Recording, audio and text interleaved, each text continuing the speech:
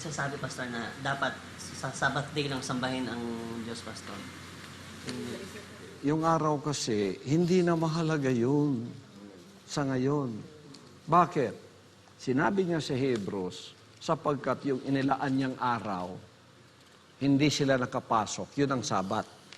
Hindi sila nakapasok dahil katigasan ng kanilang puso, naglaan siya ng another day. So pinalitan yung Sabat. Merong tinatawag na other day. Ang sinabi niya? Hebrews 4, Pastor, sa beginning verse 4. Sapagkat sa isang dako ay sinabi niya ang ganito tungkol sa ikapitong araw. At nagpahinga ng ikapitong araw ang Diyos sa lahat ng kanyang mga gawa. Verse 5. At sa dakong ito ay muling sinabi, sila'y hindi magsisipasok sa aking kapahingahan. Verse 6. Kaya't yamang may natitira pang ibang pang dapat magsipasok doon, at ang mga pinangaralan ng una ng mabubuting balita ay hindi pa nangapasok dahil sa pagsuway. Verse 7, ay muling nagtangi siya ng isang araw. Nagtangi siya ng isang araw. Kita mo? Yung kasing pinaglaanan about the seventh day, no? Hindi nakapasok dahil sa kanilang katigasan ng puso. Hindi nakapasok. Yung sa seventh day nila, yung seventh day, hindi nakapasok dahil sa katigasan ng puso. Okay? So, sirado na yon, yung day na yon. Kaya hindi sila nakapasok eh. Kaya sinara yung day na yon. Dahil meron pang natitira, na meron pang pananampalataya, naglaan siya ng ibang araw, ng isang araw. Amen. Hebrews 4:7, ay muling nagtangi siya ng isang araw. Nagtangi siya ng isang araw, hindi na seventh day.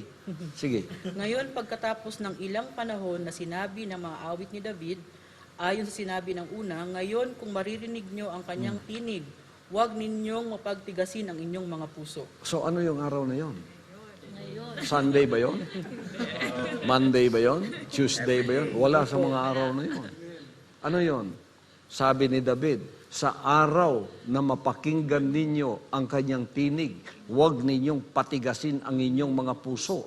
Ibig sabihin, sa araw na ikaw nakinig at nagsisi ka, yun ang araw na ikaw ay pumasok sa kapahingahan. Amen. Yun ang araw ng kapahingahan. Amen. Anong araw pumasok ka? Lunes?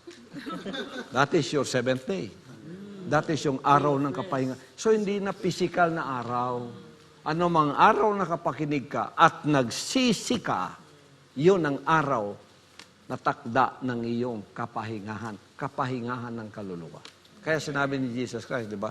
Come unto me, all ye that labor and are heavily laden, and I will give you rest. Ang rest ba ngayon? Yung seventh day na Sabado ngayon. Magpapahinga tayo. Hindi. Sabado ka ng Sabado, pagkatapos, hindi ka pa rin nakapagsisi. Hindi ka pa rin sumusunod sa kanyang sinabi. Hindi ka pa rin nakapasok sa kanyang kapahingahan. Kapahingahan ng kaluluwa yun. Kailan makapagpapahinga ang kaluluwa mo?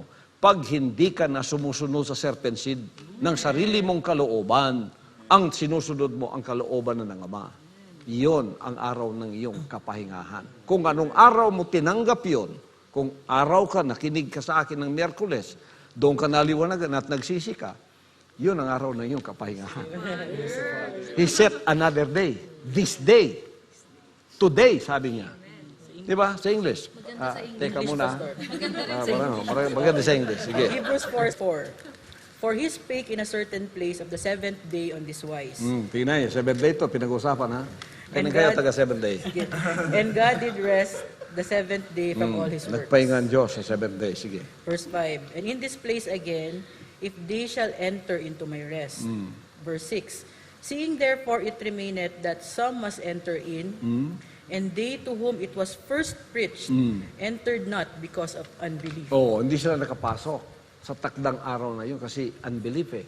Kaya nakasara na yung araw na yun. Siguro. Verse 7. Paano tayo makakapasok ngayon? Ito na, Pastor. Verse 7. Verse 7. Again, he limited a certain day, saying in David, today. Sapagkat may natitira pang gustong pumasok, he limited a certain day. Today, Today. What is that day? Today. after so long a time, as it is said, today, if you will hear His voice, Harden not your hearts. So, what is that day?